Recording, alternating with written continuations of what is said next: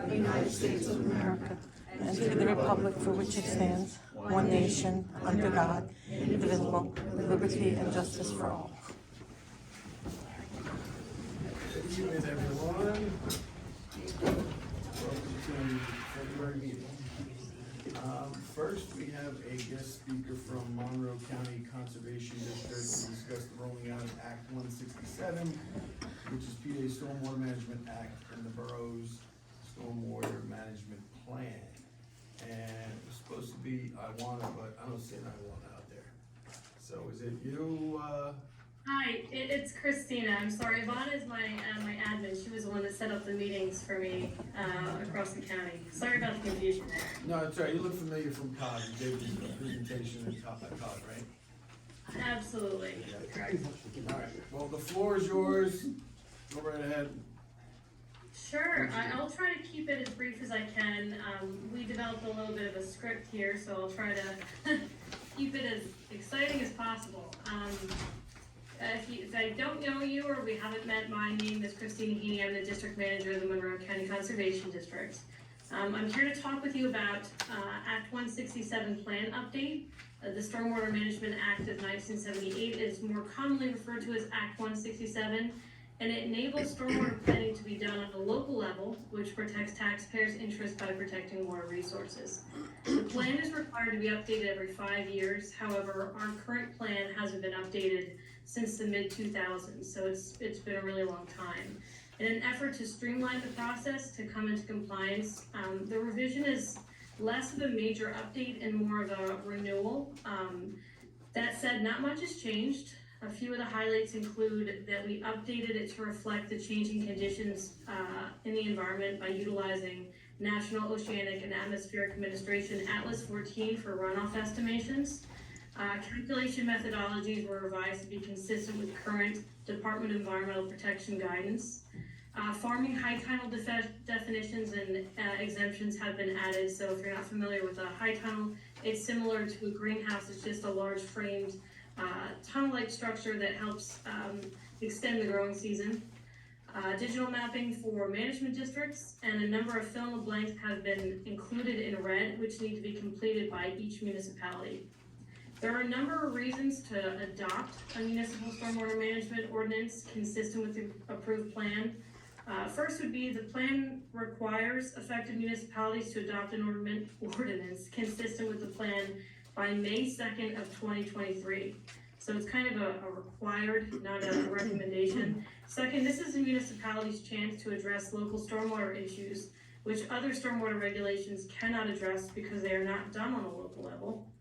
Third, the Broadhead and McMichael Creek Act 167 plan and associated ordinance continue to meet DRBC's special protection waters requirement for a non-point source pollution control for all projects requiring DRBC Compact Section 3.8 approval that are localized in the drainage area to the SPW, which basically means in short form, by meeting 167, developers don't have to go through the DRBC review process all over again. It's kind of like a shortcut by the municipality having approved Act 167. Also, compliance with Act 167 is a requirement to be eligible for hazard mitigation funds. Should we go through a situation where there would be a hurricane that would come through or some kind of natural disaster that would cause widespread flooding or stormwater damages, the municipality would only be eligible for these funds should they have an approved Act 167. So where do we really go from here? We plan to continue with what's called the WOPAC, which is a watershed group, or not a watershed group, it's a coalition that we formed at the Conservation District that's made up of municipal folks, local watershed groups, and Conservation District staff. And we plan to continue to work on a more comprehensive revision to plan, comprehensive revision to the plan to coincide with the release of the department's new revised post-construction stormwater management manual. That actually just went out for public comment if any of you are interested in reviewing that. So the new PCSM manual is available for the public to comment until April of 2023. We're also planning a BMP bus tour for municipal, county, and state officials in April. During the tour, we're gonna visit various sites in the county, and we'll see multiple different types of BMPs, various stormwater strategies designed to demonstrate compliance with Act 167 plans. We will also be discussing the need for BMP inspections, operation and maintenance, and funding sources for all of it. These are things that are technically addressed in your 167 plan, and these are things that I think a lot of folks may get utility out of, especially considering that funding is one of the major issues when it comes to stormwater management on the municipal level. Because long-term operation and maintenance is something that if it's not being done by the original developer, say they went belly up or something like that, the municipality is oftentimes on the hook for this. And that's something that we have been brainstorming ideas, and so we have some really good conceptual ideas for you. But that's kind of my speech, and I'm open to any kind of questions. I really appreciate you making time for me. I'm sorry, I would have loved to be there in person. Unfortunately, I got a call at 11 o'clock that my youngest son was sick, and I had to come all the way home to Jim Thorpe, and it was over an hour drive to you guys, so I got stuck here virtually, so thanks for accommodating me. Sure. Does anybody have any questions? Anybody? Thank you, Christina. Appreciate your time. Thanks, guys. I know it's not the most exciting of topics, but if anything does come up, you let me know. It's basically just this blanket coverage that we're pushing all throughout the county. So if you guys approve it before May 2nd, you'll have that full coverage that everyone that develops in the area will all have to follow kind of the same rules. And so it won't be, you won't be faced with any kind of developers moving in that have, you know, some outrageous standards that you have to, you know, come up with. So I appreciate the moment and the time, guys. I hope you have a wonderful rest of your meeting, and I can't wait to eventually make it out to Delaware Water Gap. Thank you. Thank you. Take care. Have a good night. All right. That brings us to public comments on agenda-related items. Who would like to do first?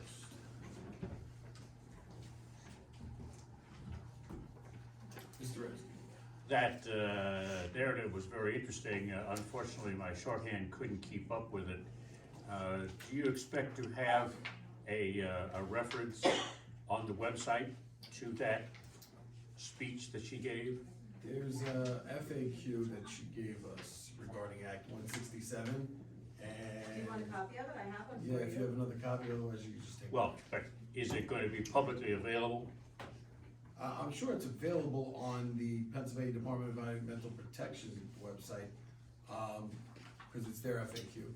Okay, so when we get the minutes approved of this meeting, maybe that reference might be in it, Reference to the speech we just got? speech. Okay. Anybody else? Question number 2. Okay. I have my normal comment about it would be nice to see written copies of the various reports that are given during this meeting. The mayor's report, the police report, the whatever, in the minutes, so they can be generally read. Okay. Anybody else? Okay. In the police report tonight, will there be any reference to the number of parking tickets issued during the last month? That's my question. You're up. I think I saw a reference to 2 state citations were filed for failure to respond to a borough parking citation. Is that what you're referring to? No, not failure to respond, but That's just the number of only tickets reference. given. That's the only reference to parking citations. Because There's no total number of. I noticed in the no parking zones in various places in town, including just on my way here, cars parked in those no parking zones. If we don't intend to enforce them, why don't we just take down the signs? I don't know if they're being enforced or they're not being enforced, it's just not in the report. Anybody else? Mr. President, this is Bill. Some months back, maybe even longer, we agreed to have the mileage traveled by the police cars on the report that's given. I noticed it has not been given on the one we now have, and I think it's a case of just getting. So can we make sure we raise that again? Okay, Bill. Okay. Odometer readings on a monthly basis. He brought it up. Okay, anybody else? Discuss motion to adopt a resolution with Smithfield Township to transfer eminent domain rights, blah, blah, blah. Can you do that with the resolution to transfer eminent domain? There's nothing that the borough needs to do. Smithfield can transfer eminent domain rights to the borough. So if they're along Cherry Valley, if there are folks who won't sign an easement, so we can replace that line, if we have to go that route, those rights would have to be transferred to Smithfield, some of those residents reside in Smithfield. Right, but can that be done through just a resolution is my question. By the Smithfield Township, yes. Okay, my second question to that then, if there are damages that happen, then Delaware Water Gap is 100% liable at that point with eminent domain being transferred? Damages in what sense? I don't know, they go to replace the pipe and they hit the gas line. It's our pipe, we're doing the work. Yes, the borough will be responsible for anything in relation to replacement of that pipe. It's our water system. Okay, so if there is a lawsuit or a judgment, then it would be against the borough of Water Gap only, and possibly if there's a contractor in, the contractor, but Smithfield would then be out of it. Yes, because it's not Smithfield's water system. I know, but we do need the eminent domain rights because the houses are in their property, right, in Smithfield proper. Yes. We're not taking the house, just taking the property with the We're pipe. taking easement, not even taking. Yeah, I understand that. I don't need law school for that, thanks. Anybody else? I think at the last meeting, the wording in some of the signs that had gone up was discussed. I noticed today the sign just on the other side of the deer head is rather unusually worded. It says, I believe the business district of Delaware Water Gap is available past this sign or something. I can answer that one. I moved that sign down from the bridge, so at least people won't think the town's closed or whatever. I'm gonna black that out, that orange part of it. I just didn't get to it because it was so Okay, heavy to do by myself and everything else, and I did it Friday last minute. We've had a number of strange people seemingly ignoring the signs that exist, the marked bus, you know, and things like that. Saturday, there was a car hauler, essentially a modified pickup truck with a long trailer, you know, who came on Main Street up to that sign, tried backing up into the parking lot at the Deer Head 3 or 4 times, didn't get anywhere, and finally Lauren had to lead them around. But the trails on that trailer made 2 gouges right there on Waring Drive, and you know,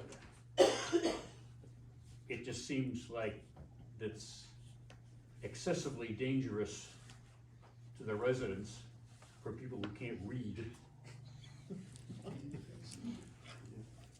I agree with you, there's bad drivers out there's bad drivers everywhere, even in my own household, so I totally agree with you there. Any other questions? Does that mean you? No. Anybody else? I brought this up when we discussed short-term rentals, so now that we're gonna discuss fire department, request assistance for paying. I do believe you should recuse yourself from anything to do with the fire department as you are involved with them if it does come up to a vote. I just want that on the record. again, because that is a sunshine law violation. Anybody else? Any other questions, comments, concerns? All right, according to the agenda. All right, we have a motion to approve the treasurer's report to pay the bills. I make a motion that we approve the treasurer's report and pay the outstanding bills. I'll second. All right, so Lisa makes the motion, Jack seconds the motion, any discussion on the motion? All those in favor say aye. Aye. Any opposed? Aye. Motion carries unanimously. All right, now, I'm looking for a motion to pay the $625 RJ Groner invoice to repair the heating in the office. I make a motion that we pay this invoice for $625 for the heat repair. Lisa makes the motion, do we have a second? I'll second. Jack seconds the motion, any discussion on the motion? All those in favor? Aye. Any opposed? Aye. Motion carries unanimously. We need a motion to ratify invoice to replace the circulator pump on the boiler in the amount of $920. $942. $942, I'm I'll sorry. also make that motion to ratify the invoice to replace the circulator pump in the boiler for the amount of $942. Okay, Lisa makes the who's that payable to, is that also RJ? Yeah, that's RJ Groner. Alright, Lisa makes the motion, we have a second? I'll second. And Jack seconds the motion, any discussion? All those in favor? Aye. Any opposed? Motion carries unanimously. I got a motion to approve the meeting minutes for the regular meeting on January 9th of 2023. We have a motion for that. I'll make a motion to approve those minutes. Eric makes the motion, do we have a second? I'll second. Terry seconds the motion, any discussion? All those in favor? Aye. Any opposed? Motion carries unanimously. Lastly, on the treasurer's report, we have a motion to approve the special meeting minutes from January 18th, 2023. Do we have a motion? I'll make a motion to approve those minutes. Terry makes the motion, give a second? Second. Terry seconds the motion, any discussion? All those in favor say aye. Aye. Any Aye. opposed? Motion carries unanimously. Brings us to the superintendent's report, Chris? Okay, so we had, one call this month, for utility pole that needed to be, supported. I was in the field, so Derek took care of it and marking the pavement, so that was taken care of. As for safety concerns, some from last month and then, some also this month, the sidewalk at the bridge on Main Street had the curb knocked over and the sidewalk was lifted. The yield sign needed at Walnut Lane, fire hydrant flags, and something that was brought up from PennDOT in a meeting that I had with them, via, whatever it was, Zoom or whatever you call it. The entrance and exit to the rafting business at the bridge, there's a safety concern because there's no signal facing that, so that needs to be addressed, and as for the yield sign, we do not have a yield sign in stock, so I do have to order one, I'll take care of that, obviously with the better weather, I can pound the posting. So, I thought it'd be a colder winter, so I was gonna put that off, but I'll have that ordered. So I made it, going back to that, the entrance exit for that rafting, and I actually ran into the gentleman, I forget his name, what was the business, but, I spoke to him, I'm sorry? Chuck, for a few minutes, and I mentioned that to him, he goes, well, and I said, my suggestion was to Melissa, the engineer, which I didn't have a chance to talk to PennDOT about it, was just to make it an entrance only. So then you won't have to worry about the signal, and then the borough wouldn't be liable if there's an accident. So, so I mentioned to him, and I spoke to him about maybe putting some signs up, I don't know who's gonna be responsible for that, money-wise or whatnot, but, I think that would satisfy the issue. So, that takes care of that. So what I did for the sidewalk is I removed the knee wall, which was the curb that was knocked over. and reset the ADA ramp, which is the handicap ramp. I'm waiting for approval from Melissa, the engineer, when she comes out.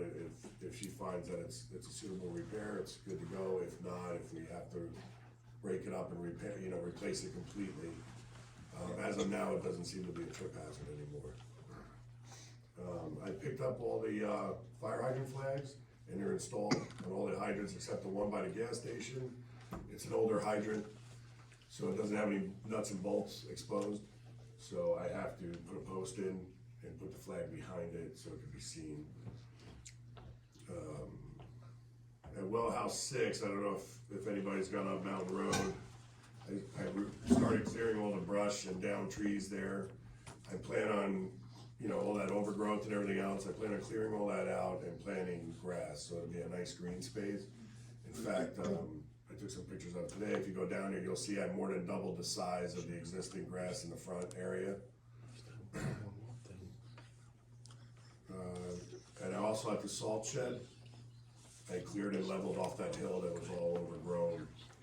And it had, structures and everything else, all that's cleaned up now. I cut down a tree in the hiker's path behind the salt shed, so rescue services could retrieve a hurt woman that happened to break her leg in the river, and I assisted with carrying her out to the ambulance. Cleaned graffiti off the no parking sign down at the salt shed. Received and stacked a 6-inch ductile pipe behind Well House 6 for Shepherd Avenue waterline project. I replaced the stop sign at Main Street and Waring Drive after a truck hit it. I guess that's common from what I hear. So I did some maintenance on the backhoe. I had to remove the cutting edge off the new backhoe because it was cracked and a piece broke off. But I reused the old backhoe's cutting edge and I just swapped them. So it saved money there. Of course, clean roads and snow during storms, clean Main Street, storm catch basins again. This is gonna be reoccurring. There's so much debris that flows down this hill and on these roads with so many hills here, it just, they clog up all the time. So I don't care, you can call me if you catch one that I haven't seen or something, but I am on it and I do address it when I do see it. So I'm just letting you know. So if you see it clogged, it's not that I miss it, I do check it and I do clean it as I see it. I did pick up all the hydrant paint as discussed from last meeting and the supplies. So when the weather breaks, I'll be able to start that project. And I did complete an entire shop inventory. Good job. Let's get the inventory done. Stuff that isn't on here is I repaired or cold patched the hole that the Marks bus left on Shepherd from the exhaust. Mincy Road also, the pothole there on Mincy Road, I repaired that, and 2 more on Main Street. That's what I got. Any questions, concerns? You sounded busy, for sure. Thank you, Chris. Good job. Good job. Thank you. Good job. Mayor's report, Larry. Just to touch quickly on the 611 closure. I don't know how much everybody knows. 2 weeks ago, we had a meeting here with the surrounding communities, and Jamie was there, Chris was there. Basically, PennDOT sat and explained the entire project to us, what it takes, where they're at. The plan is, there's like a 1 mile stretch down 611 just past the overlook that needs some type of remediation. They're looking at putting netting on the side of the mountain. They don't do that personally, they bring in a company that does it. They drill on the cranes with drills on the end, and they drill into the mountain up to 30 feet and grout in these big pins and then hang the fencing or netting or whatever you wanna call. It's a 30-day lead time to get that group out here because they're in demand all over the country. So we have that working against us, trying to move toward that August date of reopening 611. They were also, they were very informative. We were able to ask a lot of questions and kind of understand exactly what's going on in the scope of the project. The second meeting that we went to, the chief and I, Howard was there and Jamie was there, was for EMS. We were talking about what do we do in the instant that Interstate 80 gets shut down. We know during the summertime when Interstate 80 experiences a lot of traffic, there's a lot of speeding on the S curves, we have an accident, Interstate 80 shut down, 611 shut down, now what? EMS needs to get through. I think the only answer that came out of that was, they were gonna put a gate, where the hard closure is now, that they put the hard closure up last week. And the gate will have either a key lock or a lock with a combination. And that'll be given to, the police, the fire, and anything like that, in case they have to get through. Other than that, not much came out of that meeting, other than the fact that on the first meeting, PennDOT said that the National Park Service was holding them up, and it turned out that the Park Service was waiting on the plans from PennDOT. So that was kind of weird. I didn't expect that to happen. So they kind of threw the National Park Service under the bus. Kathleen Son from the Park Service said, "We're not holding anything up. There's nothing on our plate, and there's not above her level. There's nothing being held up there." So as soon as all this red tape gets cut, the project can get started and get underway, and they can get to working on that and open it up 6/11. I have been working a little bit with Lauren Chamberlain on different ideas and things to do to bring events to the town. I see an EDC has started up again, and you got a good man here, Terry, for that. So we're gonna try to make the borough open and happening, and try to attract as many people as we can, and also work with Portland, because they're under the same issues that we have. I'm also, I've spoken to Gary C., Pocono 96.7 radio show. Lauren and I are probably gonna end up on that show. We're gonna talk about the town being open, just in time for summer, so. That's about all I have as far as that is concerned, in case anybody has any questions. Is it still August for the opening? It's August, but each day that goes by that each entity doesn't have their thing done, it might push that date out. I can say, in working with PennDOT before in the past, they tend to pad their time a little bit, and if you remember the closure that happened last time, actually opened up earlier. We're hoping that's the case, we'll see what happens. So we'll keep an eye on it. PennDOT's been very forthcoming, and we can reach out to them at any time, we have contacts and all that stuff, if we have any questions. Larry, did they talk at all about the water side, the riverside, or is this summer strictly about the mountainside? It's just strictly on the mountainside. It was also mentioned, because part of I think it's the Liberty Water Gap Trail comes through there, and that's the part that needs to be finished. Now's the perfect time to jump on that when the road's closed. And PennDOT is focused solely on just that project. They're not gonna do anything else, which is unfortunate, because we could maybe kill two birds with one stone. It doesn't look like it, so. Anything else? There wasn't any discussion at all about doing that down the road, or nothing? Anything else on that? Just that they said 6 months from the time they get the 30 days after the permits are in hand, Yeah. correct? Yeah, so as soon as the Park Service issues their permit, says you guys can go to work, that triggers a 30-day to bring in the group that actually does the work on the side of the mountain. Hopefully they get in as soon as possible, and then the work will actually get done. I don't picture these guys wanting to mess around. I think they want to get in and get and get out. Right. Which will be good for us, so. I'm just thinking of what we tell people when they, realistically, we might be better off telling them might be closer in September, or sooner. It could be. I try to remain optimistic. Yeah, August. yeah, I agree, but I. Who knows, I Yeah. mean, like I said, they finished early before, so maybe that's the case for us. Yeah, let's hope so, yeah, agree. Anything else? The only last thing that I have is, just wanted to let, police council, I think they're probably aware that the police SOPs have gone through the chief. The chief has edited what he needs to tailor them to the borough, and they've been passed out to Attorney Harrison. He, I believe, is putting the whole thing together, all the language together, and then it should be passed out to council for approval and review.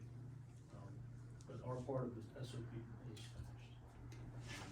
That's all I have. Some questions? You wanna do the, police report too? 'Cause I don't see like that. Yep. So monthly police report, January, the Delaware Police Department responded to 3 calls for service and conducted 15 direct patrols. December 2022 uniform crime reports are submitted to the state police in Harrisburg. That's something we do annually. Chief Chief Staccato and Mayor Frescorn attended the meeting at Tri-County Public Safety Meeting regarding the 611 road closure. That's one of the meetings I talked about that Jamie and Howard and the chief were at. Department assisted in PA State Attorney General's office with an execution of a search warrant on Shepherd Avenue, resident for internet-related crime. It was a nonviolent crime. And I have nothing else there. Two state citations were filed for failure to respond to borough parking citations. Those are citations that were issued that were not paid, so they move on up the line to the state level. It would be a lot easier if they paid it at this level, not at that level, just put it that way.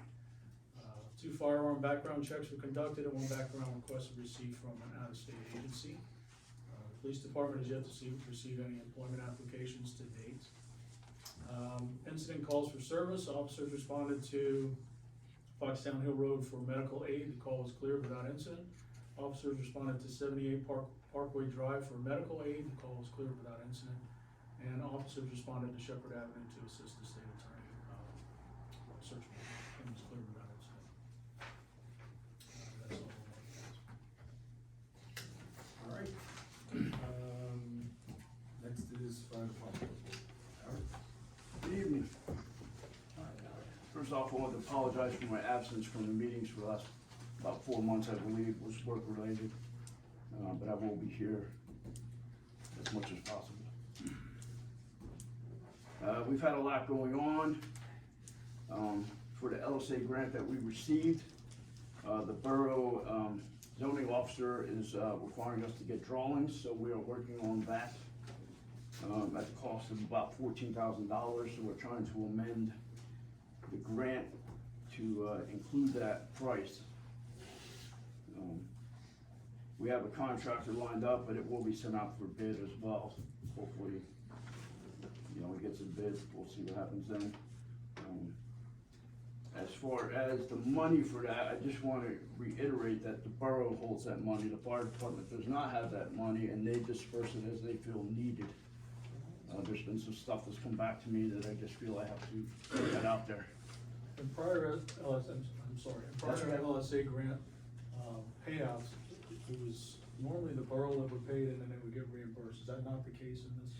I am not sure how it works. We'll wait on the check. They're gonna He's give gonna- that a check? He's gonna give us a check once we get the drawings, or at least that's the administrator for the LSA grant, that's what he said. So, I haven't been included in that part, but.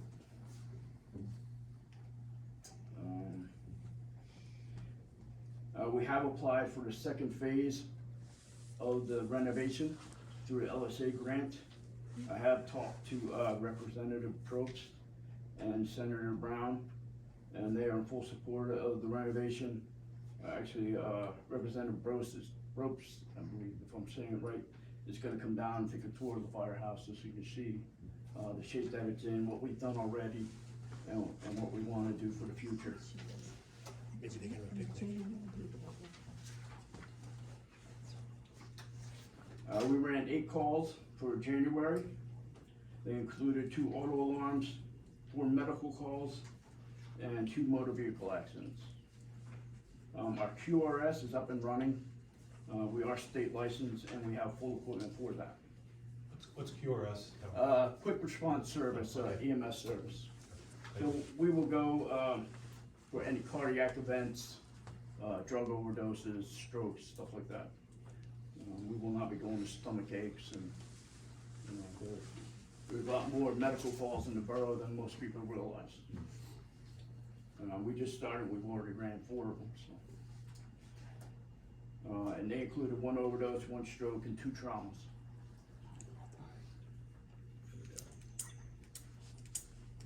We have applied for 2 grants through the AFG. One is a regional radio grant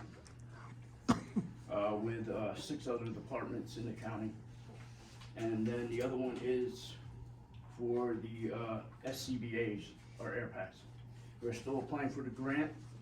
We still want to, we have asked for pre-approval, which would mean we can purchase the packs and then they'll reimburse us if we get them earlier. You don't always get either one, so you just have to wait and see.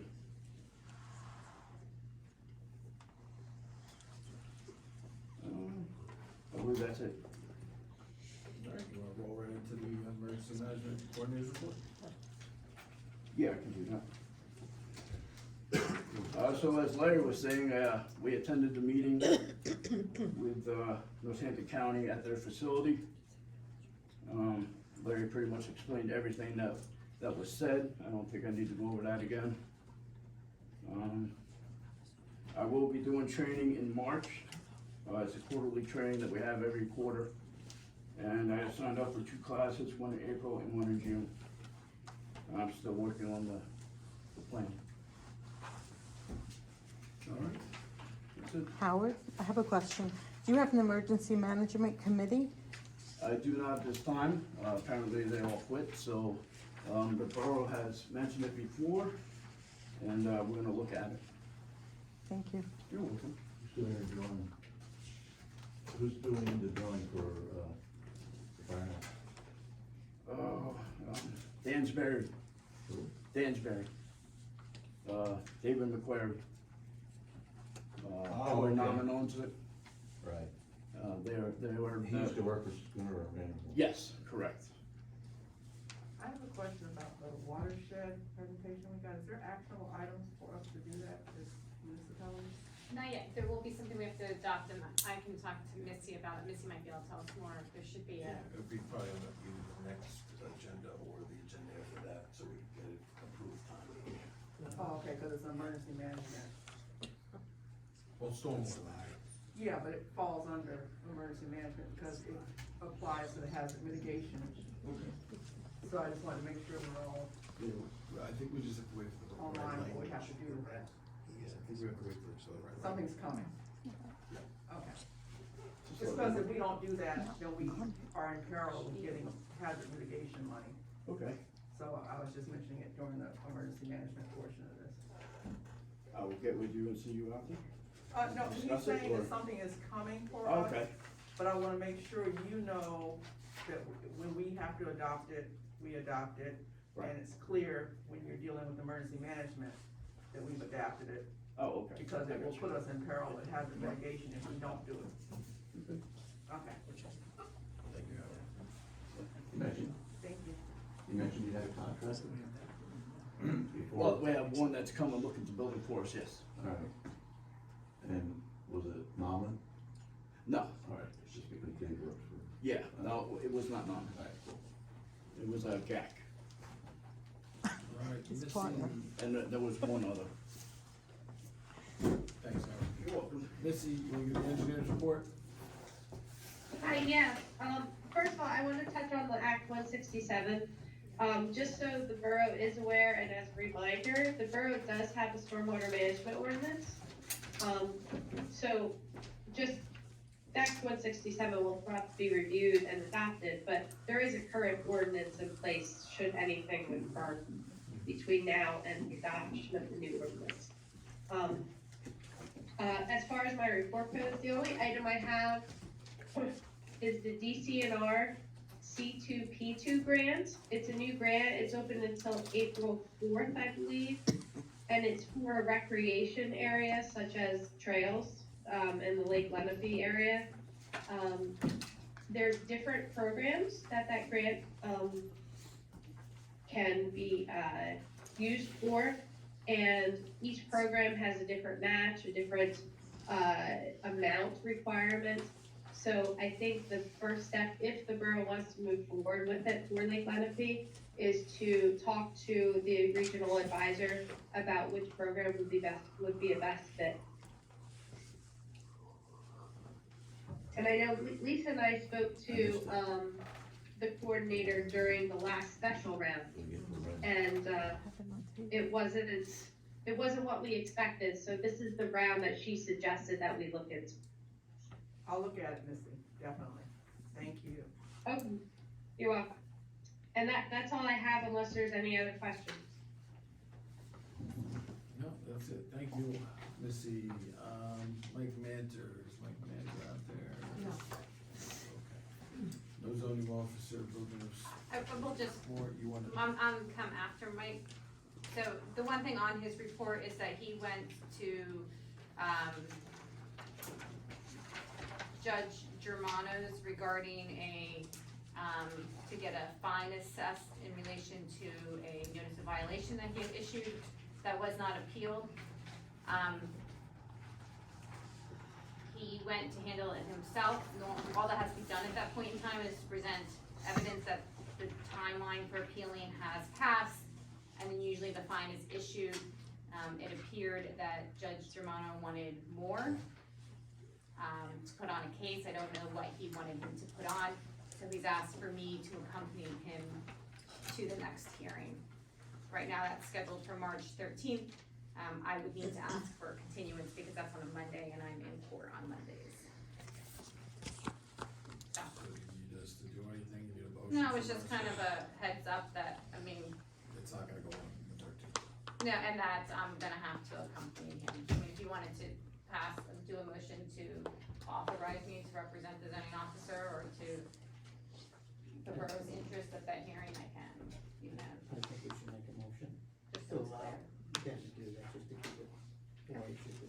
Alright, so Jack, you wanna make that motion? Yeah, I'll make a motion that we allow our solicitor to accompany our zoning officer to the hearing of Judge Germano. Allison, you got that? Yep. Anybody want to second on the motion? I'll second that. Derek seconds the motion, anybody wanna discuss it? Public have any comments since it's not specifically on the agenda? Yes. Anybody? All those in favor? We love the judge. Aye. Any opposed? Motion carries. You are now authorized. And we did refile the trash one that didn't get served the first time, so we're waiting on that as well. Okay. That's required. Perfect. And Yeah, that's, let me know what I need to do, if I need to. talk Yeah, I'll reach out to or Mike. You'll reach out to Mike? And let Okay. him know that I need to request a continuance. Okay, For any day other than a Monday, and hopefully that is, happens, I don't. know. okay, all right. so Allison, you're gonna email Mike Banter, right? I will email him so that he She's knows gonna that I'm email. involved and Yep. I can coordinate with him. Great. Alright, so Deb, you have anything else you wanna add for your, citizen report? Nope. The only other thing I would talk about is the first one on the new business, but we kind of talked about that with Desiree's question before. Alright, so on the new business, it's, discuss and move to adopt the resolution with Smithfield Township to transfer eminent domain rights to the borough for the purposes of facilitating water line repair work related to the Cherry Valley Road work, water line replacement project if necessary, and you already discussed that, and we don't have any action to take on that. No, does anyone have any questions about it, council? There's nothing we have to do with it, and I've spoken to the solicitor for Smithfield Township and have also given his contact information to Obermeyer, so they're also trying to arrange to speak with him regarding that. Appointment of Terry Fagan as the chair of the Economic Development Committee. Terry, you're appointed, thank you. Thank you. All right, appointment of Zach Booth as a member of the Economic Development Committee. Zach, you're appointed. Congratulations, thank you guys for working on that, with, Lauren and the businesses. Which brings us to discuss and move to authorize $1,600 in Economic Development Committee funds for assisting borough businesses in printing a brochure highlighting all the Delaware Water Gap boroughs offerings. Terry, would you like to discuss that? Yes, well, actually, the details are kind of following the motion here, so I'm not sure on the protocol on that, but, essentially, Zach and Lauren and I had met, a few weeks back and discussed different ideas, which we'll discuss, later, in the other section, on, kind of bringing attention and drawing visitors into the borough with the closure of, 611. And one of the ideas that we had come up with was that right now Lauren and the businesses are kind of drafting and creating a brochure spotlighting all the different activities and shops in the town, and and kind of having that go to all the local distribution centers, visitor center, and other places, get them in the racks to draw visitors into town and hit the shops and the restaurants and other places of interest. And We had checked with Allison, and there is money in the EDC funding, and we felt that this would be a good use of those funds to help the businesses to print this brochure and get it out there. And that way it's not singling out or focused on any particular group or shops or restaurant, but overall all the businesses in the borough, basically. So Terry, would you like to make the motion to authorize, the disbursement of the $1,600? Who's it going to, by the way? Like, what, are we just paying a bill, an invoice? Yeah, we need I'm sorry, invoices. Is that, we're paying an invoice with the $1,600 for the? We have not yet received an invoice on that score, so, we have to, It has to come to me, right? It has to come to the office. Do you know how much it's gonna be? Is it the 1,600? what the, Lauren can speak to that, she got some estimates. yeah, she has some estimates, we don't have a final estimate yet on that score. But between, the printing and the distribution, it would, pass that number. It would be greater than 1,600? Right, but we would only put in, two 1,600. All right, so would you like to make a motion that we make available $1,600 on the receipt of an invoice for these purposes to? For printing, I'd like to, add a distribution to that. If the printing comes in, the original, thought on the, printing was, over 1,600, but, Lauren has found some, prices that are less than that. Terry, I have a question, is it gonna be a map of the borough Right. with all the businesses like numbered, and then you can list it, so people that haven't been here before can find where that business is based on the map in the brochure? Right. That's the Typically, idea. that's how it's done. And Lauren's nodding her head, yes. Do you, Zach, you and Lauren wanna add anything to this? You wanna? Lauren, please speak to it. So Barbara McMahon has offered her design services. She's a graphic designer and friends of Water Gap. So she's gonna design a map that will highlight, not only the businesses, but also the Appalachian Trail, the Cherry Creek Loop, all the the Duto, the church, all of the different things, not just businesses. So it'll be a comprehensive map of Water Gap. There'll be a map on one side, the business listings on the other, and it will be like that. I'm not quite sure what the details will be as far as whether they're numbered or whether they're highlighted somehow, but that is the design, goal. I got two prices, plus I'm waiting for one from Kistler's. So they came in around 1,200 to 1,300, just on a rough without the actual, design in hand. So I'm assuming that Kistler's is gonna come in right around the same amount, and that's just for printing. The Visitors Bureau will distribute them to all of the other visitor centers. If we go with somebody like Forrest and Sons, we could get more distributed to a bigger area, like the things that they put in, different restaurants and, different venues. But that's all gonna come down to how much the printing, I wanna see what Kistler's, because it's local, is, but they're all coming in right around 1,200, 1,300 for just the printing, and then the distribution would be additional, which obviously if we went over the 1,600, we'd have to find funds for which the businesses might even kick in, or we might be able to find something else, or, so that's where we're at with that. Lauren, do you have any idea what the distribution cost is with Forrest and Sons? I can't remember, and I just didn't have a minute to do it. I can send that off tomorrow, maybe even later tonight. I think that's your best way to go. I'm familiar with them. They're all over the Poconos.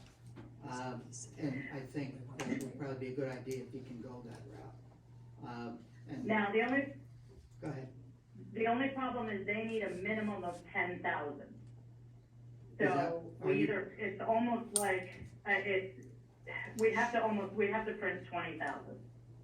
So we have to kind of look at that as a different option, because the 10,000 is already coming in at like 1,100, 1,300. So an additional 10,000 to just give them to Forest would be, not double, but probably 1,800.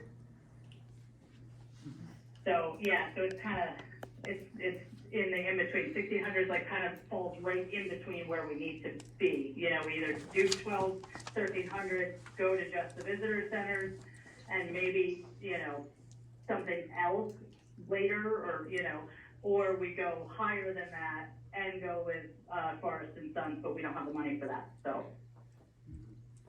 I mean, you could do 10,000 and then 5,000, 10,000 to Forest and Son, and then 5,000 or 6,000 additional that could be distributed through different sources, correct? Mm-hmm, And yeah, then, we could do that. and then the more you have done, the cheaper it should be. Mm-hmm. So you're looking for us now to do a motion to give you the money that's already in the account for the EDC towards the printing and distribution, and I'm sure that you'll put it in the best place to get the best return, correct? Yes, oh, absolutely, because that's in everybody's benefit, for us to get the best return we can. Okay, Terry, you gonna make a motion, I'll second it. Yeah, I'd like to make a motion, Good, Terry. and this would be, with invoice, before the distribution. Alright, so you want to make a motion to allow, the Economic Development Committee funds up to $1,600 to be dispersed, to pay an invoice, for the printing and distribution of a brochure for the borough businesses. Does that sum it up? That sounds right. And Jack, you want to second that? I'll motion? second that. Yep. I'm never gonna ask for money, so, Allison, did you get all that, please? I have a couple questions. Warren, can you hear me? It's Eileen, hi. So we're not doing anything with, social media then, using the funds for that? The group's decided on doing brochures instead? I know there was discussion at the meeting about it, how it wasn't as, because most people are not using the brochures anymore, so I'm just curious how it got to that part. So, social media aspect of it is, so we did, as businesses collectively, we started, Visit DWG, which is strictly business owners oriented, because we have a lot more leniency as far as what we can do. As far as what we can post, what we can, we kind of started it in a, not necessarily a marketing aspect, a straight up commercial marketing aspect. But we, because it's hard to do the social media and highlight every business the correct way, evenly, with no, you know what I mean? So it just got a little, the waters get a little muddy there. So the businesses were kind of more on the line of, let's just do the social media piece ourselves, because then it can be whoever contributes, whoever puts in, whoever wants to do whatever they want to do, and keep it separate from the borough. Okay, so the borough still, the EDC still owns the website DelawareWaterGap.com. It's not being used, but it is held. So DelawareWaterGap.com is a domain that's available, that the EDC used.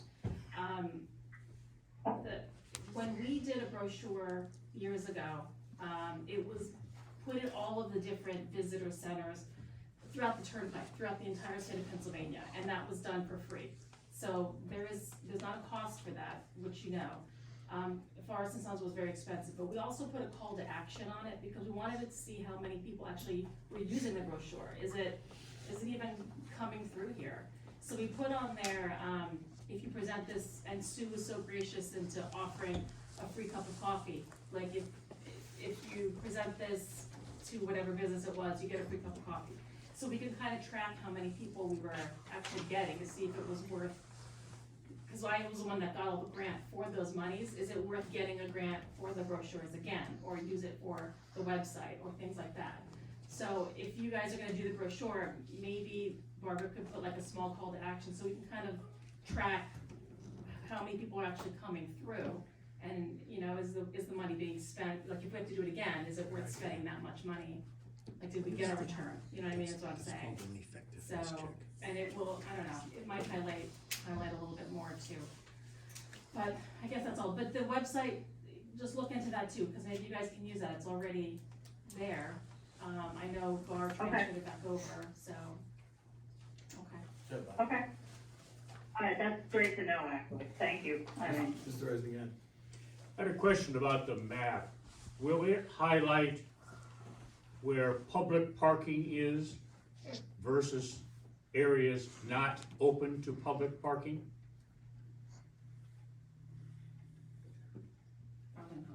yes. I mean, I haven't thought exactly through, absolute details as far as that goes, but, I mean, I think, you know, it will have like free public parking on it. I mean, it's not gonna like, you know, it's not going to highlight anybody's personal driveway or parking lot or anything like that. I was thinking more of highlighting where public parking is allowed. You can do that, absolutely. Thank you. The more you add on to a map, the busier it gets, and it kind of takes away from what you're looking for. I mean, if they're gonna read that no more than they're gonna read a no parking sign. And Terry, the next economic development meeting, is that gonna continue to be the second Wednesday of the month? I guess this Wednesday at 10 a.m.? Did you wanna change the time for the meetings, the regular economic development committee meetings, the public meetings? We have it down as, we published it as the second Wednesday of the month at 10 a.m., which is this Wednesday at 10 a.m. That should be fine. Okay. Yeah, if it doesn't work, just let Allison know so she can post a notice on that. Lauren, I'd like to note that I recorded the feature on the Pocono PCN, and it was a very good piece that everybody participated in. I thought it was really, really great. Good job to everybody that participated. It was all vendors, or most of them, and it was it was a very good piece. All right, any other discussion, any other Thank you. questions for anyone else? How about any discussion on the motion? We have a first, we have a second. Terry made the motion, Jack seconded the motion. Any other discussion by council? All those in favor? Aye. Any opposed? All right, motion carries. All right, just go to the invoice. All right, next is, discuss a motion to apply for the Pocono Mountain Vacation Bureau Community Impact Grant. Lisa. Okay, so I've been working, or they've been working with me, actually, it's Lauren and Allison brought to your attention this Pocono Mountains Visitors Bureau Beautification Grant Program, and it's a quick turnaround. The open period for this ends on March 3rd, so we want to get approval to apply for it. There is a 50% match. The grant cap is $20,000. We're not looking for anything near that. We're thinking in terms of $5,000, and what we're thinking about using this for, first priority would be what we discussed in the work session, the kiosk that could hold information about the borough.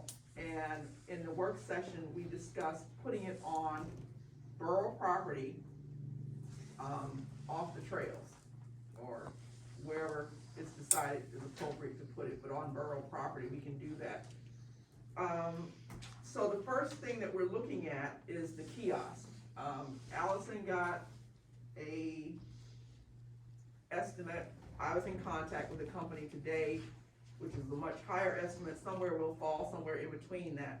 So it would allow for us to get a kiosk once we decide on what we can afford with the design.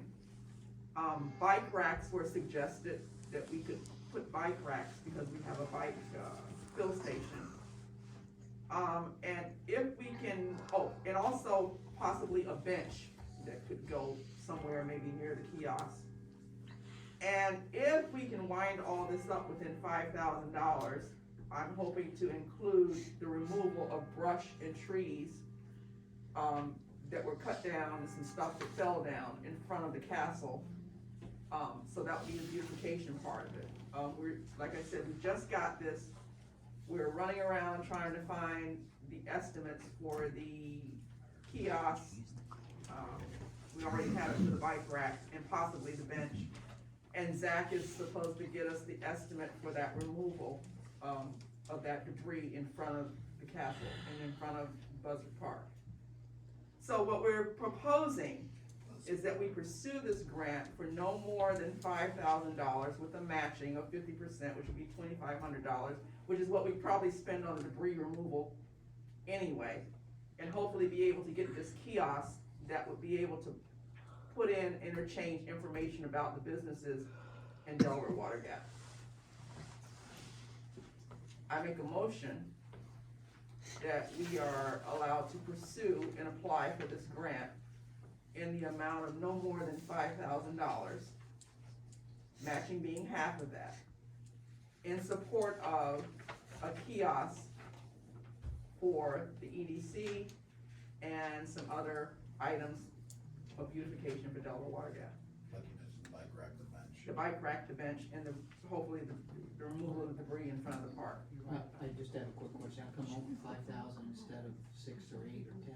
Because it's matching 50%, and I don't want to go higher than that right now, unless we come back to you with, this is what we come up with, and it might be more.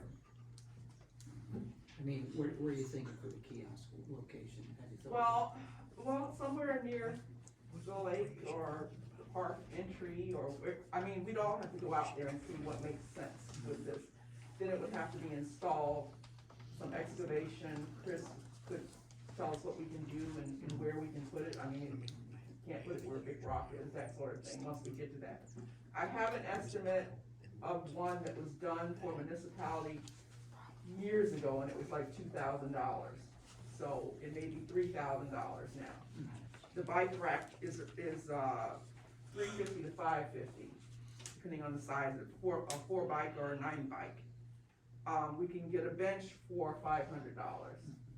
So if we can kind of stay within that range, and we, like I said, we just got this, we're constantly trying to come up with solutions to assist in this situation. So, but we need to apply for it, so we need approval to even apply for it and continue to look for the estimates. Of course, I would come back with exactly what we're asking for, and how the breakdown is before we even send it off. So we could alter that a little bit? Yes, we can, but we have to vote on it before the deadline for actually applying for it. So your motion should be that we apply for the grant? Yes. In the amount of a minimum of $5,000? Yeah, okay, How's that? that's fair enough. Well, they give you a maximum. Well, So, you know me, I don't wanna, I'm No, trained by no. Bill Buzzard, I don't wanna go too high on this number. He's 5,000 watching me. 5,000 I'm not gonna ask for a lot of Alright, so money. you're gonna But vote for it is his a part. 50% match, so when I look at the number, I look at how much we can expend for this. Do we have to put the number in? Why can't we just say at this point, make a motion that we apply for the grant? Because the grant's due on March 3rd, and we're not gonna be able to come back to next council, so there should be parameters council sets So we on need what to it's put needs. that amount in. Yes. we need a high and a low. Okay, It's, so, okay. It's matching. Should I say at a maximum of 6,000, because that would leave us at a 50% match of 3,000. I don't wanna go that high, but we can say a maximum of 6,000. That's fine. Allison, no, not Allison, Lisa, there's a question of whether there was a fee to apply. According to these facts, It doesn't appear to be. it indicates just a 50% match. Yeah. It does not indicate a fee on here, and usually they do if there is one. Inclusive of a fee if there is one. And I would also just mention, you commented that it be put on borough property, so there's not an issue. You might wanna still check with Mike, because even though it's borough property, you still have to comply with zoning laws. And so, just to make sure there's not any issues about where you can or cannot. Pardon? Like, it could be considered a sign, I mean, you'd have to talk to Mike about what it's considered and where it can go, and there's any sort of Absolutely. application process, but just remember that piece of it, because even though it is borough property, the borough still has to comply with Oh, yeah. zoning and other types of things. With the rules. It's not directional. Yeah, depending where We it's have a going. motion, a second for Lisa's motion, and we'll open up to everybody for discussion. So Lisa makes the motion, Jack seconds the motion to allow Lisa to pursue and apply for this grant for up to $6,000, inclusive of fees, with the understanding that there's a 50% matching from the borough. And Jack seconds the motion, now open up to discussion to the public first and then council. Anybody? Are these new rules? Were you letting us speak after you do that? It's not on the agenda. Delineated in the agenda. Okay, It just said it was checking. approved, but the details weren't in it, so. Just make sure you checking. have a comment. Listen, I may have blanked out. Did you say what was gonna be on the kiosk? Was it just to highlight like the trail or something, or? Business information Oh, okay. on the kiosk. I wanna get one, cause I got a estimate sent to me today and it was a board. And I wrote him back and said, we want one of those, kinda like what's on Cherry Creek, Oh, yeah. that you can put things in and take things out and update them. Oh, and update them, okay. You Yeah. can also, you might wanna reach out to SRSOC. They just redid all the signs on all the trails. That's Stroud Region Open Space. Okay. So all the trails that run through Stroud and East Stroudsburg and the borough of Stroudsburg, they updated a lot of those signage. It's just signage, but it might be helpful to know where they got them. One place I called today, I got through Christine at planning. Yeah, so it might be the same, cause they were Yeah. planning was involved, but I checked with Smithfield today. Okay, so we're trying. That's great, thank you for your. Anybody else have a question, comment, concern? Council, anybody in council? All those in favor? Aye. Any opposed? Said motion carries.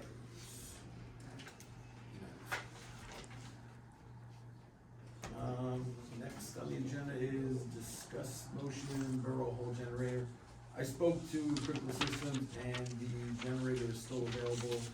If you wanna table it, talk about it at the work session, I don't remember if we did talk about it at the last work session or not. We just wanted to find out if it was still available, and as of the work session, it was still available, which is gonna be on current, very current theme. We push it over to the next meeting, and we don't know if it's still available, but either which way, we gotta figure out what we're gonna do, because our generator is, What was the price on that generator? not really working. I don't have the estimate, I think it was $9,000. Let me see if I can find it. I think it was on that, like, the last one. And Lisa, didn't you say last time that you wanted to look at a grant for that? Or might It remember? was $9,000. For the generator, Yeah, I'm always looking for grants. If there's no, something- I don't know, for some reason I thought you brought that up last No, time. I probably said that we should be on the lookout for that, for a grant that would support that. That's probably what I said. Okay. Yeah. Alright, so what should we do? Table it? You wanna try to It look was, for a grant? gas, propane? Yeah. Yes. It was a Oh, no, used was it- Kohler 50 kW natural gas, Yeah, $9,000. It's on the, we hook it up to the gas tank. And that included automatic transfer switch, do you remember? Or- Yeah, it was on the question. Yes, all it says Is that is, the question? the That was the estimate, question last the only week. thing the estimate says is used Kohler 50 kW natural gas, Right, $9,000. that's a big deal with having an automatic transfer switch. No, Yeah, for sure. we wanna, And in the meantime, everybody should be looking for grants. I mean, I'm all over the place trying to find grants to support these things that are coming up with us, but if it's something like that, we know we gotta do. Let's all dip in and look for these grants. I think there's one for something that has to do, I'll have to look at my records again, for emergency management, that would fall right into that. Because we used the building as a warming station and a recharging station when we had Right. the storms many years ago. Yeah. So, let me look through my stuff and see if I can find that. Okay, thanks. alright, so, I'll follow up with Critical System to see if there's a transfer switch. Larry will take a look to see if he could find the, emergency management grant info. Ellen too, see what she knows. Yeah, sure. Howard will talk to Mary Ellen. And, That sounds like a great price for that size, we will if it's a decent shape. pick this up at the work session and then we'll table it for the next, public meeting. Be sure you find out how many hours on it. It has 684 Yeah, hours. there was a picture of it, 684, Bill. Okay. Yeah, it seemed like a pretty good deal, but. Alright, so that takes care of that. So just the installation, or if that included? I think that included installation, but I'll follow up on that as well. And you're gonna find out about the transfer switch? And I'm gonna find out about the transfer. Okay, thank you. And installation.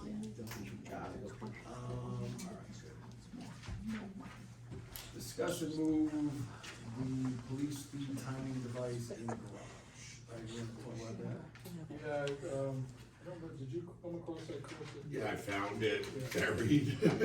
It's an old speed trap. According to the chief, it's an antiquated piece of equipment that we don't use in any part of our vehicle. I think it might even be broken. when he's- Yeah, it looks like it's missing components, but. It's something we absolutely don't need, but because it's borough equipment, we have brought it up to council for disposal.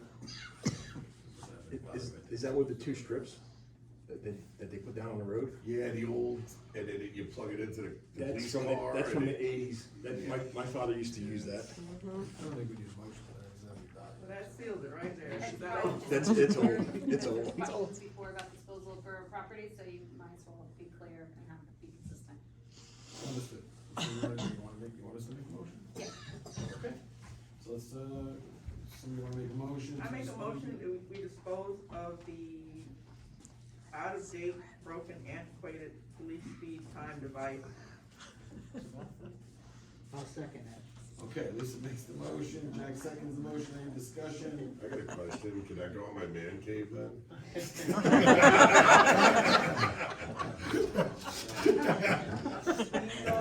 If it's on the curb, it's yours. Christie says no. All those in favor? So you have bad speakers in your house? I was thinking the same thing. Ms. Put it in his Bowes. driveway. It's public property once it goes in garbage. Howard, discuss fire department request for assistance in paying for new air pumps. This is the board.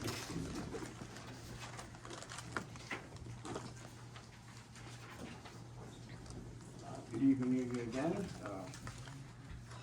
I've handed the Borough Council quote from Compressed Air Systems for Traeger air packs, 16 packs, and 32 cylinders with the mask.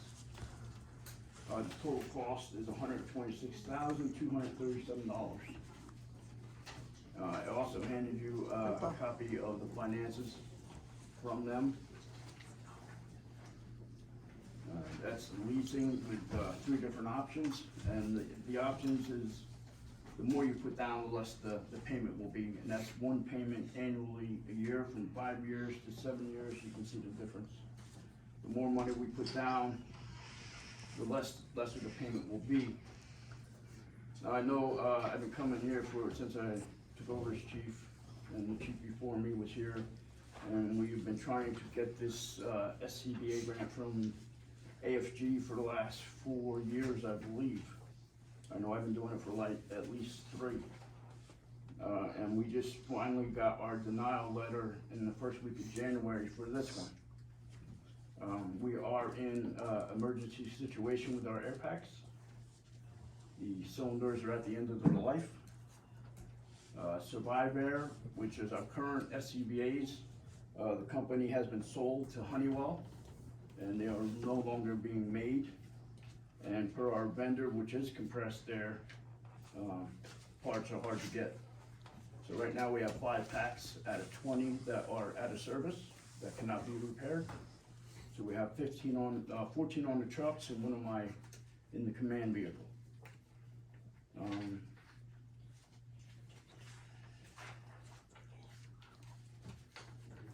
have my notes here. Did they give you a reason why you were denied? I talked to him. I actually got to talk to an AFG representative. And there's just so many departments applying for the grants, they can't give us all the money.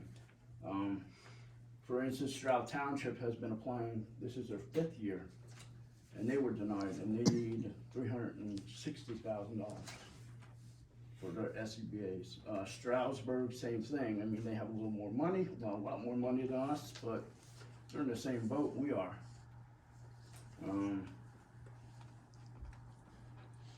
So these packs are vital for life safety. We cannot do without them.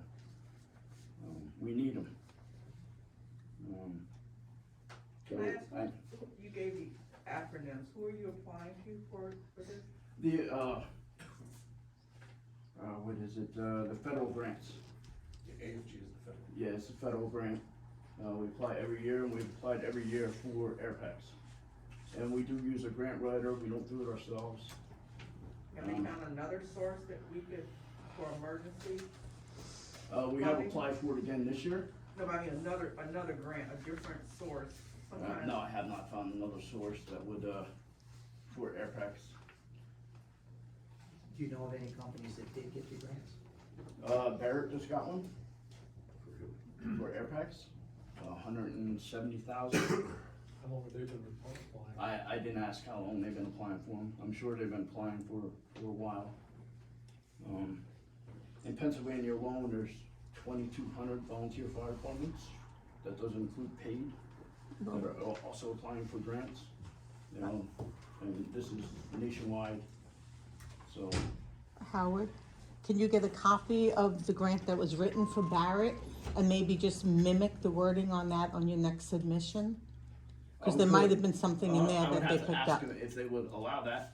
I'm not sure who their grant writer is. It might be the same grant writer we use, because he does multiple departments. It's worth a shot, And because they if they said got there it. was nothing wrong with the narrative. It's just, they go by, I honestly don't know what point system they go by, but they have a point system they use. So you said Terra Pros was coming by to look at the building for the renovation? Yes. Stuff that we're doing, this would definitely be something good to talk to her.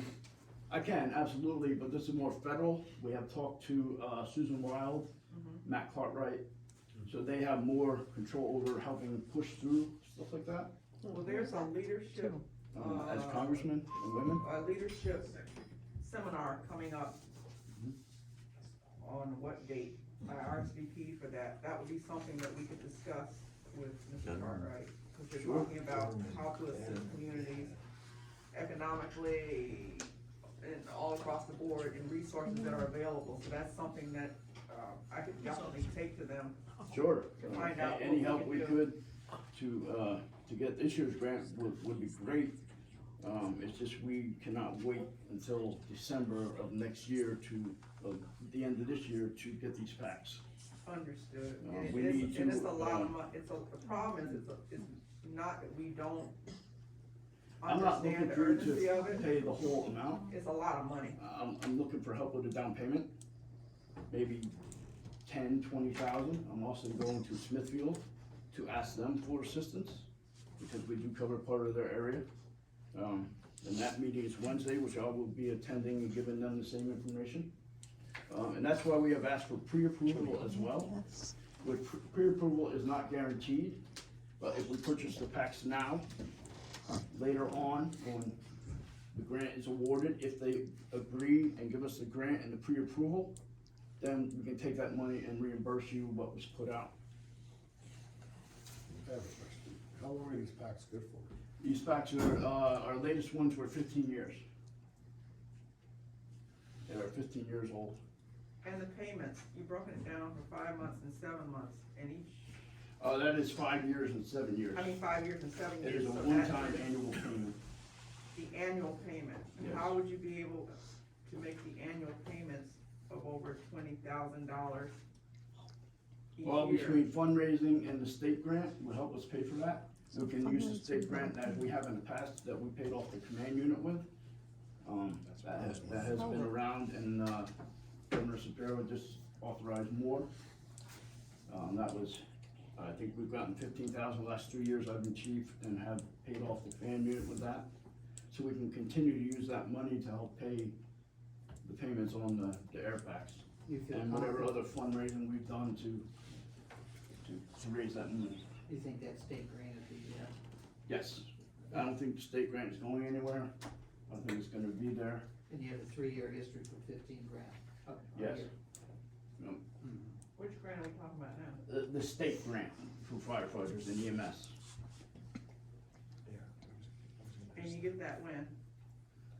We applied for it in, I believe it's between June and August. And they just awarded it in January, so December, January is awarded.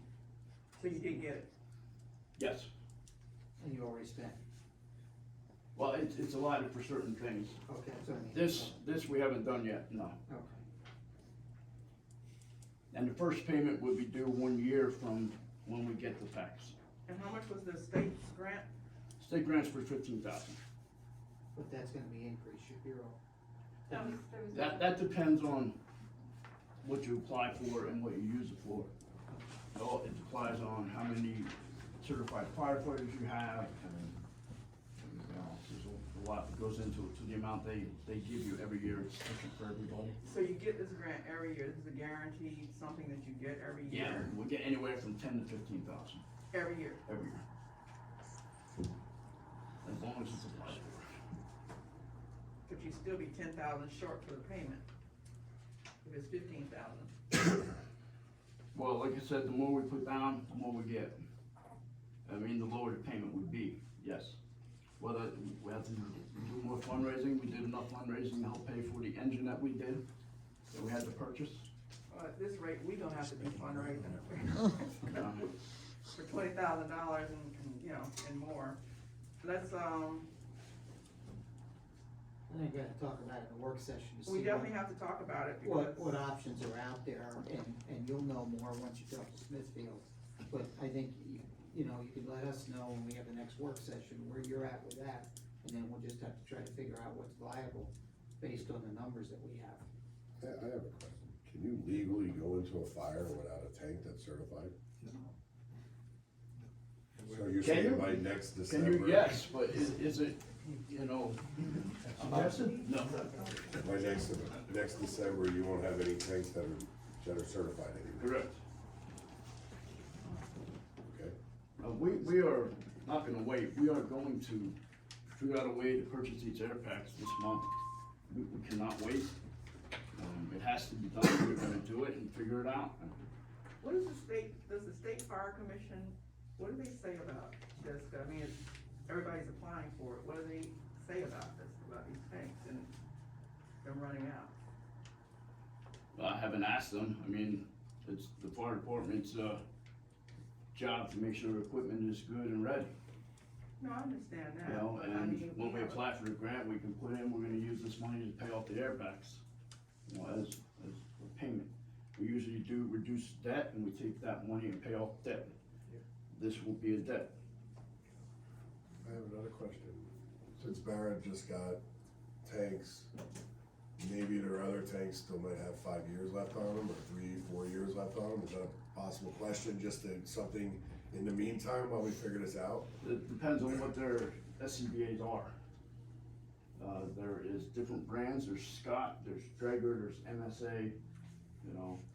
I mean, we can ask them, we can ask Stroud Township, but we have Survivors, which nobody in the county has anymore. So old they don't make it. Yeah, Gotcha. and since they're out of business, Honeywell took them over. And, they're not there anymore, so even if we decide to get new cylinders, we're already down 5 packs. If any more breaks, then we can't get parts. Howard, you're talking about the bottle, the regulator, the mask, and the whole setup. Correct. These are complete packs. Cylinders, there'll be 32 of them, 1 spare for each pack, 16 masks and 16 complete sets that are NFPA approved.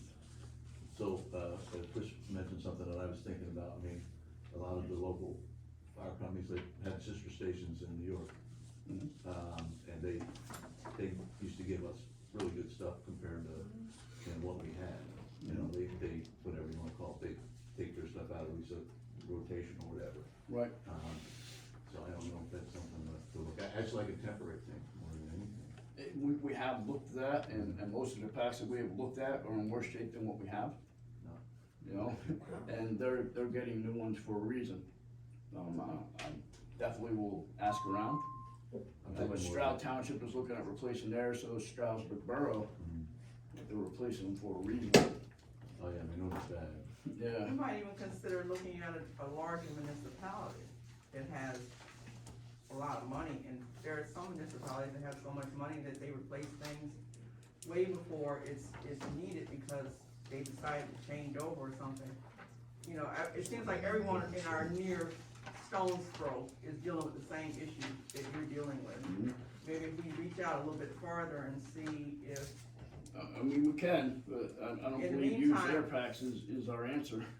No, we're talking as a Band-Aid. as a Well, as a Band-Aid, Band-Aid, yes, but, But I, Yeah. I Till we guess come up with funding. I guess the concern is that coming in saying that it has, that you need an answer now, you're gonna order them regardless, Well, no, and it hasn't been presented to council before tonight.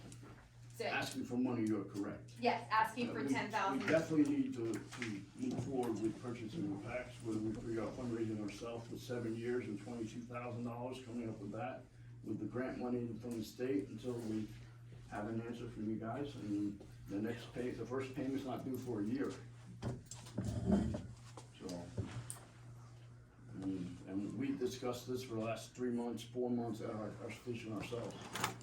I'm just saying, Oh, I understand There's that been you no can't give me an discussion answer at- now, I understand and then there's been no 100%. discussion at council meetings that this is even a concern, or that you needed these replaced, so this is not something that, That's not 100% true, because I've been coming saying that we're applying for grants, our air packs are coming up okay, for the last few years, and we've been applying for grants. just saying. But I understand I have Unless not we're asked sitting for here, I money. haven't heard that it's an emergency, or that it has to be done, like, we're gonna be out of compliance if it's not done by September, like, I haven't heard that Okay. before tonight. Oh. it's a little hard, Howard, because, I mean, we just did the budget in December. Stretching and massaging things so that we didn't have to raise the taxes. And so it takes some looking into, I trying to understand figure that. out I understand 100%. where we are, and we just had to Just letting you know where we are at, and what approve money we need to do. to make sure we have heat in here. So we can't just look at one thing and say, oh yeah, I can, you know, give you money, because we don't have it like that. So we have to figure out what can be done. If we can do something else to help, if we can find other solutions, then you have to give us a minute to I will. grasp that And and give you figure it out. time, How much do you need? 10 to 20,000, Between 10 and 20? so we can put it down, help put a down payment down. Well, if you get Need 10 that from by- Smithfield, and you get 10 hypothetically from us, if we're able to It's find it, 20,000 to put down. and do you have any in the general fund that you can take? Well, Jim Ferrari is looking at that. I mean, like, if you have another 10 grand, in there, Yeah. that's 30 grand down. Right. So by So, work I'm not session- asking for you to pay $126,000. Wouldn't that be nice to We do? weren't gonna do Yeah, that that. would be nice if you could, but we understand, We don't have. and we have never come and asked for that much money. But by the work session, you'll have an idea what you may have toward it and what you need. Yes, And then I can absolutely have that for you. When's Take a the work look. session? Next Wednesday, right? When? Next the Wednesday? business- the fire I meet department. with Smithfield this Wednesday, we have our fire department meeting Monday, so I can absolutely give you a better idea of what we have down, and And everyone's welcome to come to the business, fire department business meeting, right? they're welcome to come in the beginning, yes, and we can discuss that, absolutely. So it's possible that you might have $10,000 We- in there. In our account, yeah, so if we got 10, 10, and 10, that'd be 30,000 to put down. Then we can manage the payments better. Howard, what That's if what we're looking for, I'm not When you looking, had 10 and 10 and you had 20, and then you could so if we had 10, Smithfield had 10, yes, we would have 20. We're hoping to get 10 from you, which would be 30, and have more money down. right, could you come to our work session next Wednesday? Absolutely. Why don't we do that? Then we'll have his answers and find out where he's at. Was that this Wednesday? Next Wednesday. Next one, yeah. The 15th, Howard. 15th. And you would need that money by December, you said, or September? No. So if we order the air packs, say, this month, they'll take 4 to 8 weeks to get here. So April, so it would be 1 year after that, we would have to make our first payment. I'll have to find out when we would need a deposit. So if we wanted to try to do a fundraiser or something like that, We there's have plenty time. of times to Yeah. put that in. Those are the details we need. I'm just letting, asking for money, getting it rolling, and letting you know that we need to do this. Anybody have any other questions for Howard on this public? Not on that, but. No, back to the building, actually. Well, I can wait till the end, I don't care. All right, thank you, Howard, so we'll pick this up again, work session. Yeah.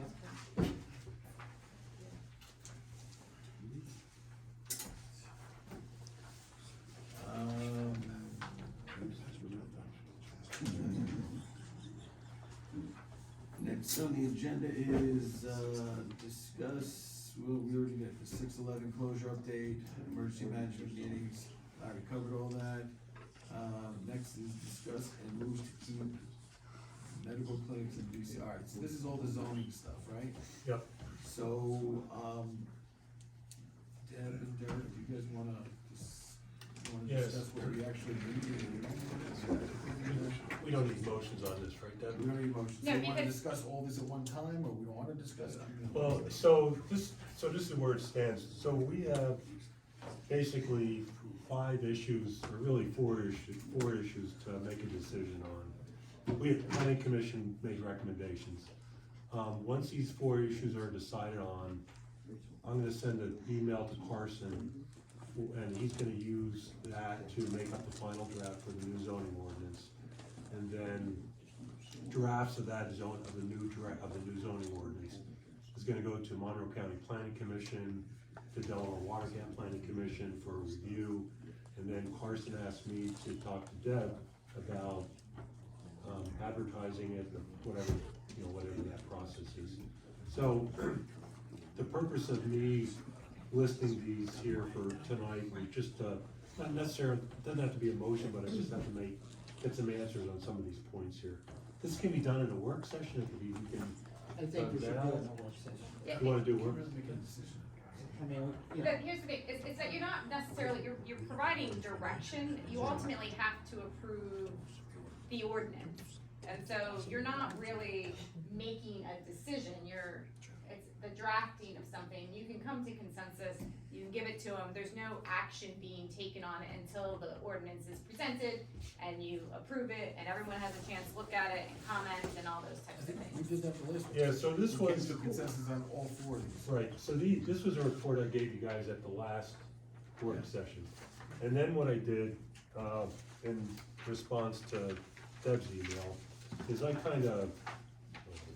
simplified it to a 1-page summary. So I'm gonna hand these out. And Bill and Zach, I sent you guys a Word document on that, and I'm not sure if you I got it, received it. thanks. Okay, it's the same thing as what's listed on the agenda for tonight, but I just take out the motion part of it. Cause we're not gonna make a motion on these, but these are decisions at some point that we have to make. Once these decisions are made, I know I'm repeating myself, I'm gonna send Carson an email summarizing what we recommended. He's gonna use that to put a final draft together, and then it's gonna be sent out. So. So the next step is to have them draft it. yes, no comment. Yeah, Yeah, I mean, we already agreed on all 4 of these things, but we came to a consensus. well, there's some decisions that have to be made. I don't know if we talked about it, but I don't think any decision was made on that. These are the same things that listed on the motion, just doesn't say motion. So you wanna take them one by one? Yeah, let's do it one by one, that way I'll circle what we decide, and then go from there. Alright. So the first one is to keep medical clinics in DC1 and DC2 as permitted. This is currently listed as such. New ordinance zoning, therefore no actions needed. And then basically what I just dropped it. No, it was, No, it's me. I got so much stuff in it. It's a bit ventriloquist, like you're used to that. Yeah, so just so you know, I basically have the existing zoning ordinance here. A lot of these, applications are not even listed here, that's how gray this is, so I did a kind of a match. So I'll give you a best match I can in terms of how it's currently zoned. So Carson basically, listed in VC1 and VC2 as permitted. These are health clinics where people are not there for more than 24 hours. This would be more, in our existing zoning ordinance, considered general commercial. That's how hospitals are listed, general commercial. And they're permitted in currently R2, VC1, VC2. Carson put it just as VC1, VC2, which I thought was appropriate, and I think, so I think it's, to me, I'd recommend that we keep it the way it is, as it's listed here. Anybody?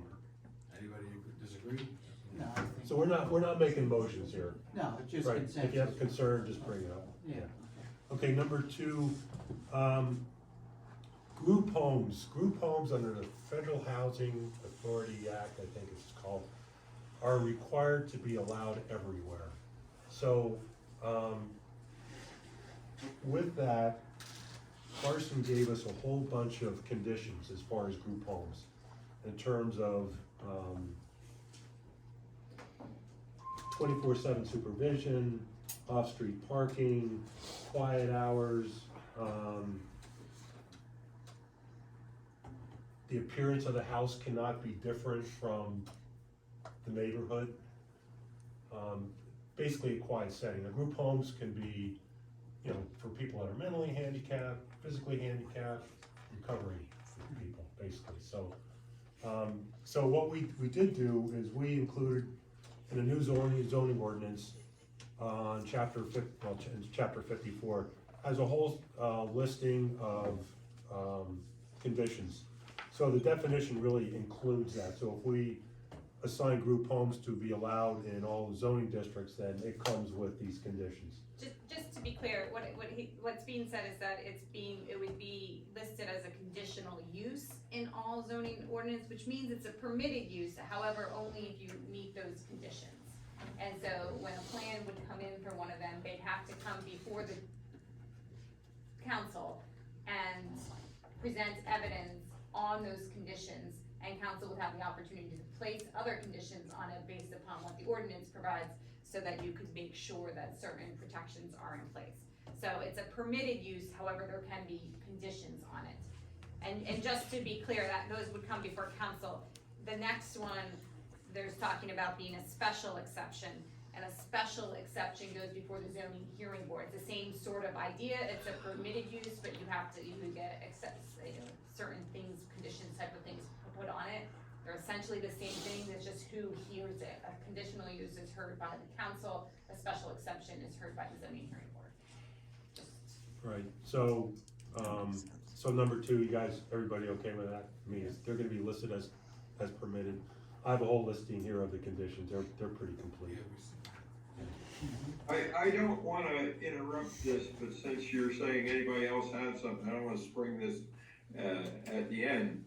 But if this were to come to a vote right now, I would abstain. Because I don't believe, and maybe I'm wrong, that we've had a complete legal review of this before we launch it. This is not, you know, what Mr. Carson is doing or whatever.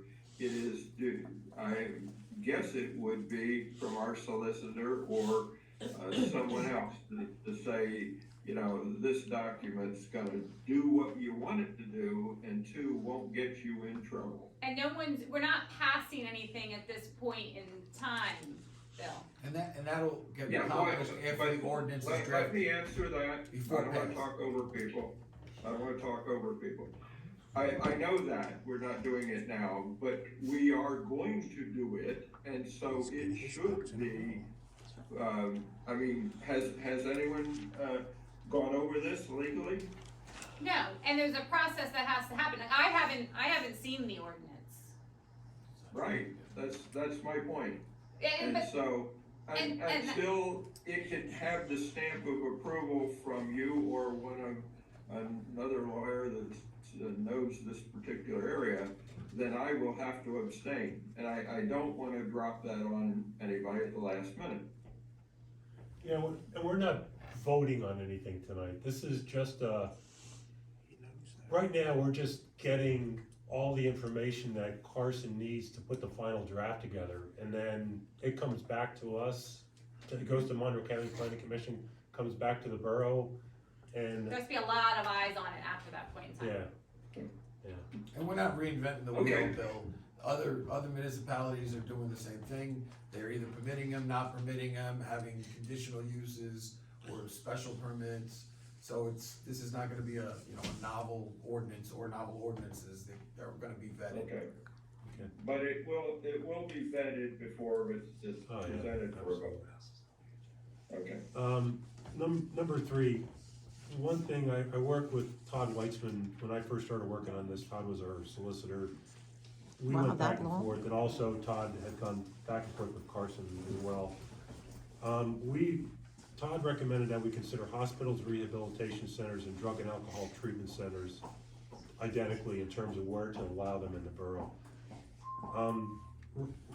Rehabilitation centers and drug and alcohol treatment centers weren't even listed in the old zoning ordinance. They didn't exist in the 80s. Hospitals did, and they were basically categorized under general commercial, which is VC1, VC2. Carson recommended that they be included as a special exception in VC1 and industrial, and permitted in industrial. Or we can just shoehorn it in industrial only. Todd expressed concern, a caution about trying to put everything into industrial. Because if he finds, if it goes in front of a court and the judge determines, well, there's no industrial land there's plenty of VC1. Deb, correct me on this? Yeah, I mean, it's the purpose of, like, if you're sticking something in a zone where it can't really ever feasibly happen, you've basically not allowed for it in. Right.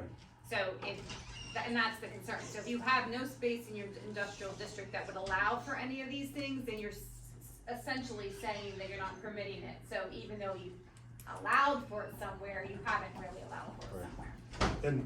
And Deb, what you said before, the special exception goes in front of the zoning hearing board, and conditions can be assigned to it. Correct. Right. So, my recommendation is that we go with, special exception VC1 and, permitted in industrial. Any feedback, any concern? That sounds agreeable. Special exception gives you an opportunity to review it. Okay. The industrial that we have would be, let's talk about specifics. I mean, the only industrial area we have right now is across from Walt Conway's, correct? So, Where do we have? trucking and the chemical. Yeah, those two, okay, so those are the two. So forget the chemical plant, and if they bought the trucking company, they could put something in there, Or the chemical plant left. right? Yeah, one of the But other. as of right now, Who's gonna we wanna have use that for zero hospital? I'm thinking if opportunity it was a for chemical this, plant. that doesn't exist. You know, We don't have to go anywhere, that's why he's putting, that's No, why. I get it. Job security. I get it. Yeah, because otherwise they put in R1. Yes, We don't want that. or VC one. This guards against that. Or VC one. Yeah. So, on to number 4, transitional housing. When I was going over the new zoning ordinance, I picked up on transitional housing. There wasn't any conditions assigned to it, so I went to Brian Bond in East Stroudsburg. I asked them what they used in terms of conditions. I sent those off to Carson. We went back and forth, and those they're pretty much identical to group home standards. And what I'd like to do, and I know we talked this during the last meeting, on this follow-up sheet, there was a series of conditions assigned to transitional housing. I have this packet again, so, or you guys, just gave you guys copies. This would, oh no, you know what? Right here.